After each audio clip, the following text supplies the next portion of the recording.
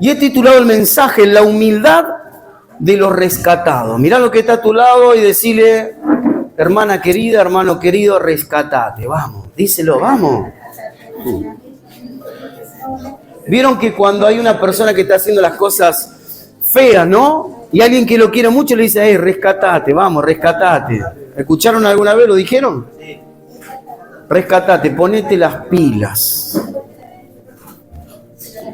Pero aquellos que son rescatados, imagínense, no sé si algunos tienen en su casa o han tenido algún perrito que fue rescatado. No sé si alguno tiene. Yo tengo una en casa, ¿no? Tengo una rescatada.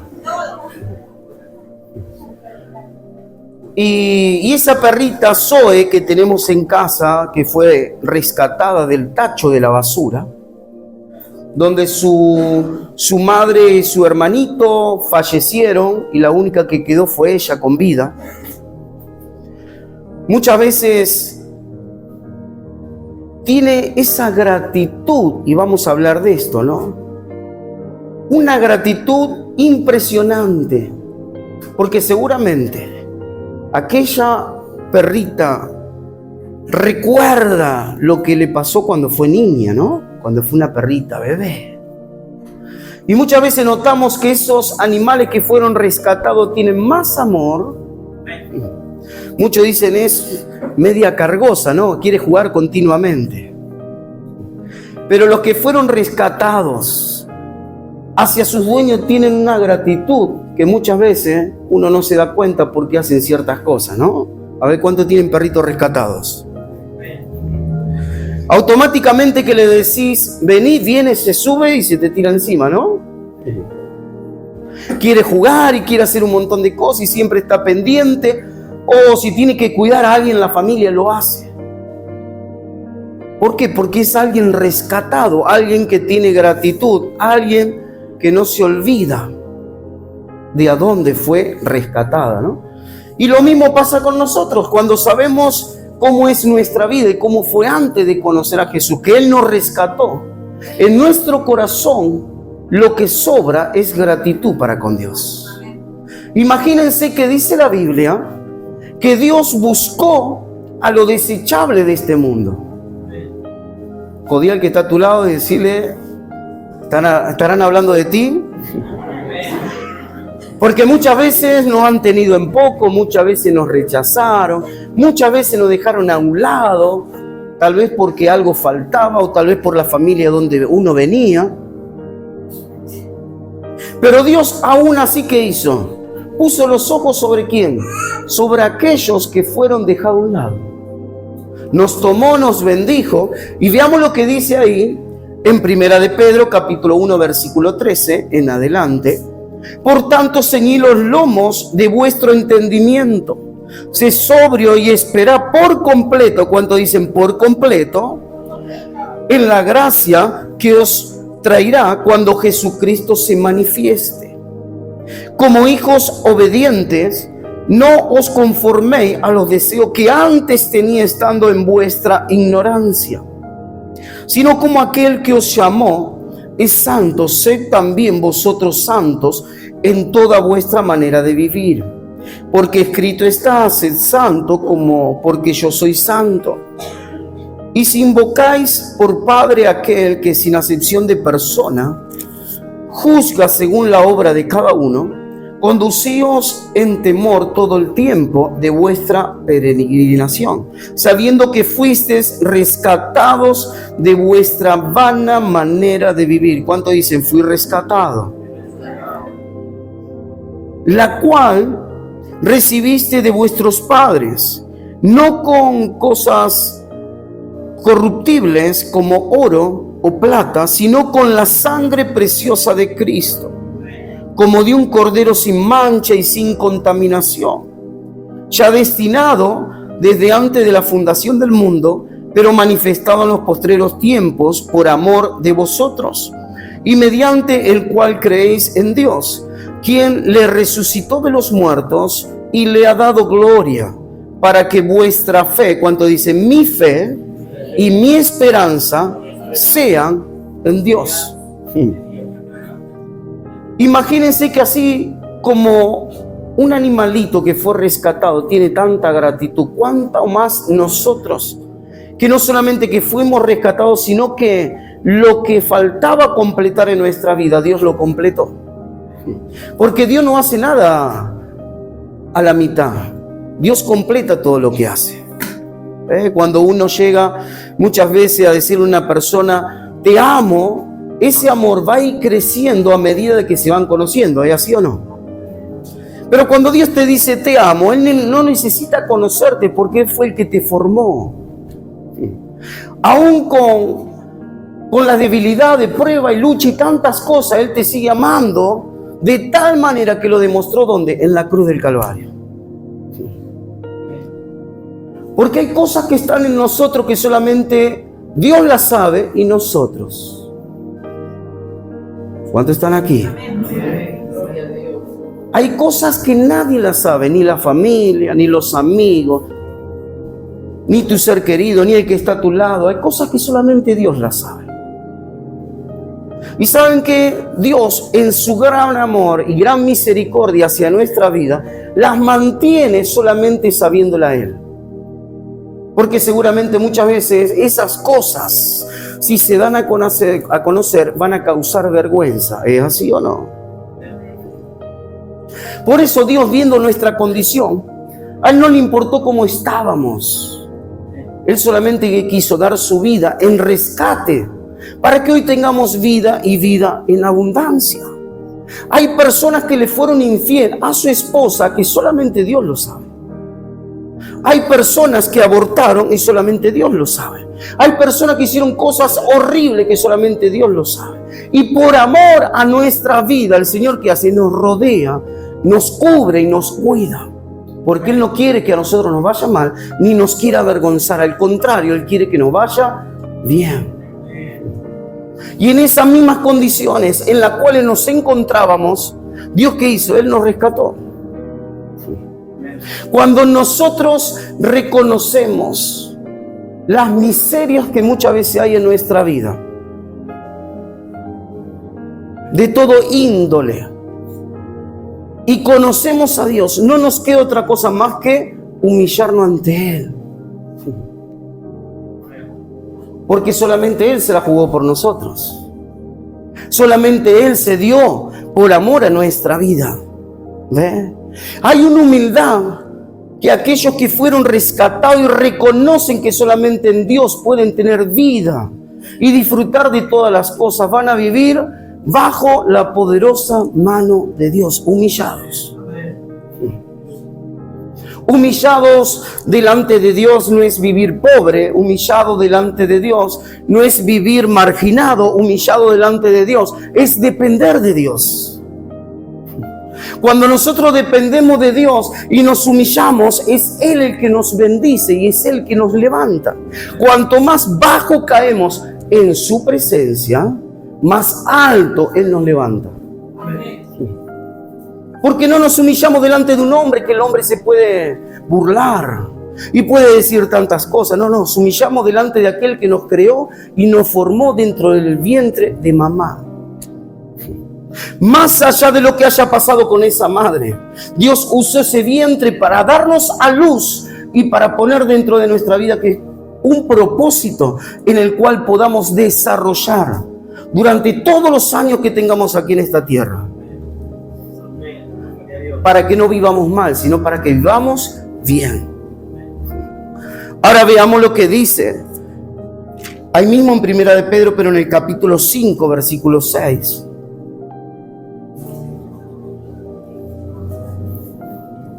Pedro sigue hablando y dice en ese capítulo 5, versículo 6. Humillado pues bajo la poderosa mano de Dios, para que Él os exalte cuando fuere tiempo, echando toda vuestra ansiedad sobre Él, porque Él tiene cuidado de vosotros. Nuestra tarea, cuando somos conscientes de donde Dios nos sacó, de a donde Dios nos rescató, siempre lo digo, 19 años conozco al Señor, perdido, mal, alcoholizado, muchas veces dormía en una zanja, orinado, mal, oloriento. ¿Por qué? Porque no conocía a Jesús. Bendito ese día que pude conocer, donde dejé el alcohol y dejé todas las cosas. Y ahí comencé a seguir una vida nueva, donde al principio, los primeros 6 meses fueron difíciles, porque era una vida nueva. Había que aprender a caminar en esa nueva vida.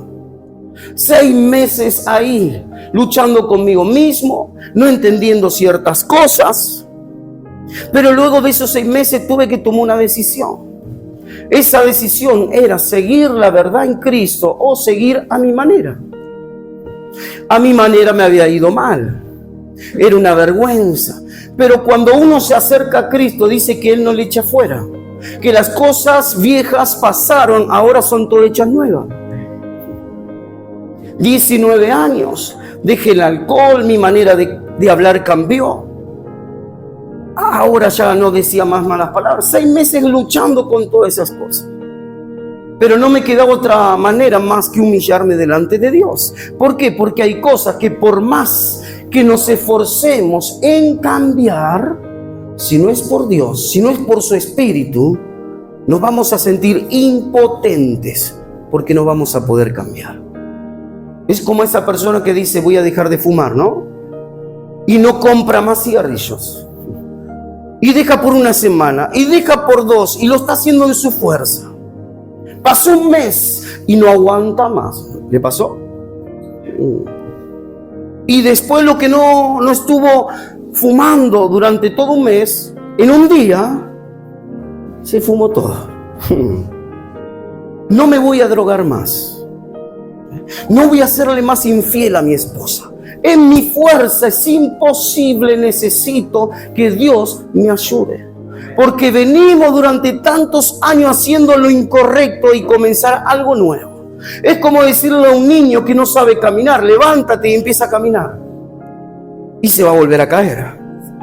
Y se va a volver a caer. Necesita de que alguien con experiencia le tome de la mano y le enseñe los primeros pasos. Cuando llegamos a Cristo, cuando llegamos a Él, necesitamos tomarnos de su mano y que Él nos enseñe a caminar.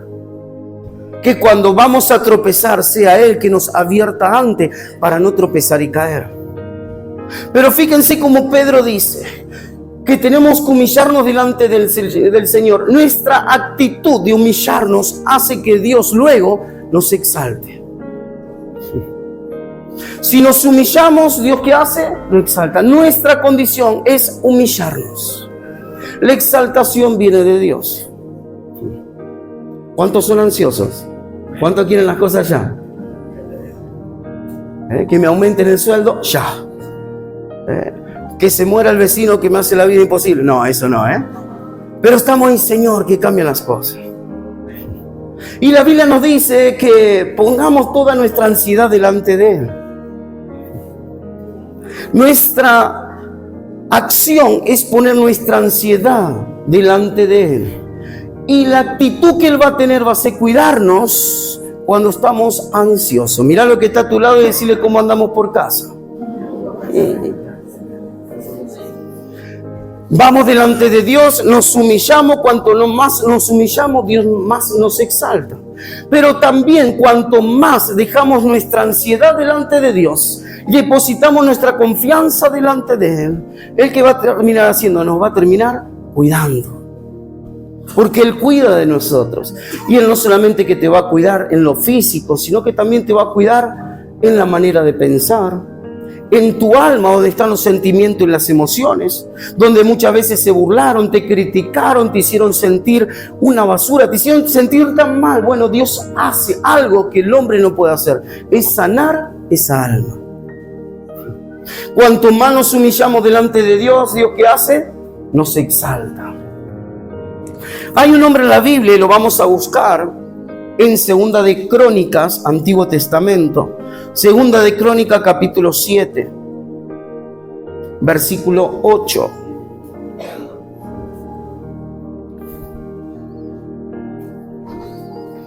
Que teniendo esa relación con Dios, Dios le dijo algo importantísimo. que si el pueblo se humillare, aunque haya pestilencia, lo que sea, Dios lo iba a guardar y Dios lo iba a bendecir. Pero claro, él tenía que poner a Dios por sobre todas las cosas. Él tenía que poner a Dios en primer lugar. Y la Biblia dice que tenemos que buscar el reino de Dios y su justicia, y todas las demás cosas van a venir por añadidura. Cuando nuestra voluntad está en hacer las cosas bien, como a Dios le agrada, ¿Dios qué va a hacer? Dios nos va a exaltar y Dios nos va a bendecir. Veamos lo que dice ahí, Segunda de Crónicas, capítulo 7, versículo 8. Entonces hizo Salomón fiesta. ¿Cuánto dicen fiesta? 7 días. Y con él todo Israel, una gran congregación, desde la entrada de Hamat hasta el arroyo de Egipto. Al 8º día hicieron solemne asamblea, porque había hecho la dedicación del altar en 7 días y habían celebrado la fiesta solemne por 7 días. Y a los 23 días del mes 7º envió al pueblo a sus hogares, alegres y gozosos de corazón por los beneficios que Dios había hecho a David y a Salomón y a su pueblo Israel. Terminó pues Salomón la casa de Jehová y la casa del rey, y todo lo que Salomón se propuso hacer en la casa de Jehová y en su propia casa fue prosperado. Cuando uno pone en primer lugar a Dios, es Dios quien luego te bendice y luego te prospera en tu casa y en todo lo que haces. Porque muchas veces lo ponemos a Dios en primer lugar cuando tenemos necesidad. No sé si a alguien le pasó. Señor, quiero un trabajo. Dios te da un trabajo y ya me olvido de Dios porque ahora tengo que trabajar. El problema es cuando Dios dice, Dios no puede ser burlado. Si el trabajo te aparta de mí, ¿qué tengo que hacer? Yo que te voy a cuidar y yo que te voy a sustentar, te tengo que sacar ese trabajo. ¿Para qué? Para que aprendas a depender de mí. Y Dios no quiere eso. Pero es como, ¿cuántos tienen hijos? A ver, ¿cuántos? Si ves que tu hijo se te va desviando, vas a tener que determinar hacer algo. Y rápido, porque si no después es mucho más difícil cuando pasa el tiempo. Por algo dice que cuando seamos bendecidos por Dios, no digamos que el poder y nuestra fuerza fue aquello que nos dio lo que tenemos, sino que aprendamos a reconocer que es Dios quien da la habilidad y el poder para hacer la riqueza, para bendecir. Todo proviene de Él. Todo proviene de Él. Y ahora nos encontramos con Salomón, que dice, voy a edificar, voy a hacer algo que a Dios le agrada. Voy a hacer una casa, voy a hacer un lugar para que nos podamos reunir y adorar a Dios. Y dice que cuando él se activó para hacer esa casa y la terminó, dice que Dios bendijo su propia casa. ¿Por qué? Porque cuando nos ocupamos de las cosas del cielo, cuando nos ocupamos de las cosas de Dios, Dios se ocupa de nuestras necesidades. Las bendiciones no se compran, pero Dios ve el corazón de cada uno de nosotros. Cuando ponemos a Dios en primer lugar y nos abocamos a hacer las cosas que a Él le agrada, Él rápidamente se activa. Y si hay enfermedad en casa, Dios sana la enfermedad. Si hay pobreza en casa, Dios provee un trabajo y Dios provee para que esa familia sea bendecida. Por algo dice que cuando esas cosas pasen y tengamos ansiedad, las pongamos delante de Dios, porque Él va a tener cuidado de nuestra vida. En la pobreza Él te va a cuidar, en la enfermedad Él te va a cuidar. En todo ámbito que necesitemos de parte de Dios, Él siempre va a estar para guardarnos, para bendecirnos, para protegernos. Salomón, cuando terminó, Dios bendijo su casa. Dios bendijo su hogar porque vio el corazón de él. Versículo 12. Y apareció Jehová a Salomón de noche y le dijo: yo he oído tu oración y he elegido para mí este lugar por casa de sacrificio. Dios escogió ese lugar. Dios nos coge en cualquier lugar. ¿A cuánto le gusta ir a visitar, sea familiares, amigos, ¿Le gusta ir de visita? Yo sé que hay mucha gente que le gusta, hay otros que no. Pero ¿qué pasa si vas de visita a un lugar y cuando vas a golpear la puerta escuchas que adentro de ese hogar hay platos voladores? Por ahí cuando van a abrir ves que vuela un cuchillo y se clava ahí en la puerta donde te están abriendo. No vas a tener ganas de estar ahí, ¿no es cierto? Vas a querer huir cuanto antes. Pero cuando Dios pone los ojos sobre algo, sobre un lugar, sobre una familia, y Él se siente cómodo en ese lugar, Él va a querer estar ahí. ¿A cuánto le gustaría que Dios se le aparezca y le diga, es un gozo, es algo hermoso estar en tu casa con tu familia? ¿Por qué? Porque cuando Él está ahí, Él está cómodo. La Biblia dice que Jesús era amigo de Lázaro, el que luego resucita, y de sus dos hermanas, María y Marta. Ninguno de ellos era discípulo, ninguno de ellos aprendía lo que los otros estaban aprendiendo, pero cuando Él pasaba, le gustaba estar en la casa con ellos. Seguramente que se sentía cómodo ahí, ¿no? Seguramente iba y se sentía cómodo.